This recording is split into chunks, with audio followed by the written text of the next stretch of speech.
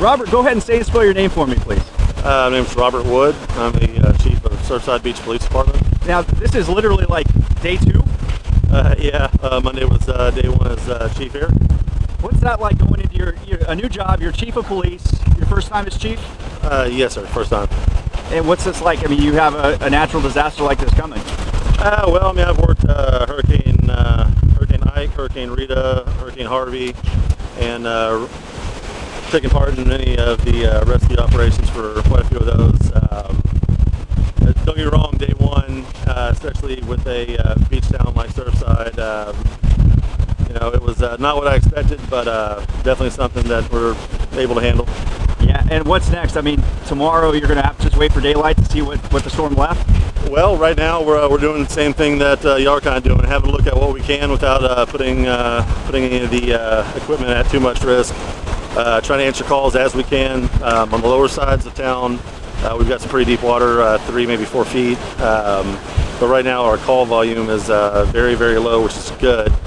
But we're still responding to what we can, as long as it's passable and we're able to get there. So as soon as daylight actually starts hitting, we're going to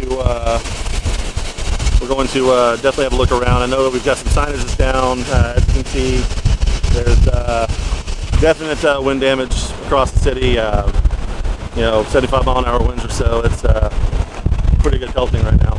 What was the number of people? Do you know how many people stayed, or what are people? Honestly, I'm really not sure. Are people calling for help, and what are their calls about, or are they just everybody kind of handled it okay? Actually, most everybody out here is handling it pretty well. We've received a few calls from people about like they think they might have lost part of their roof, which there's not a lot we can do about that at the moment. They really weren't asking for assistance to get out and go to safety. I guess they were just worried that the storm was going to continue, which the wind's still pretty high, but so far nobody's called for any emergency rescues.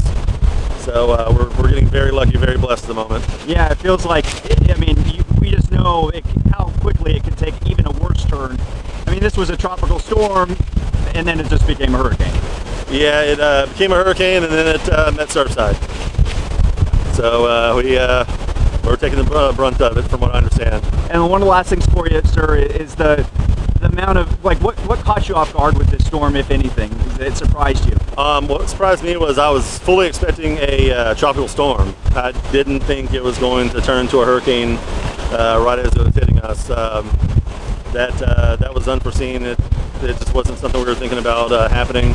But the mayor, Greg Busso, he's done an excellent job at making sure that everybody in the city, not just employees, but the actual residents, are staying up to date on what's going on. We spent most of the day doing the pre-storm stuff as far as our RVs and such. We have ordinance for them to be able to get out of town before the actual storm hits. He's been really great. City administration's been really great so far as all this goes. And I know they're going to be hard at work tomorrow, the street crews and everybody else. So yeah, it'll take a little bit of time to clean up. It will, but I am very confident that we'll be able to make it happen. I say this town's definitely resilient. It's no stranger to hurricanes, and we'll get it cleaned up. Yep. And Robert, one more time, your last name? It's Wood, W-O-O-D, no S. All right. Thank you, Robert. I really appreciate your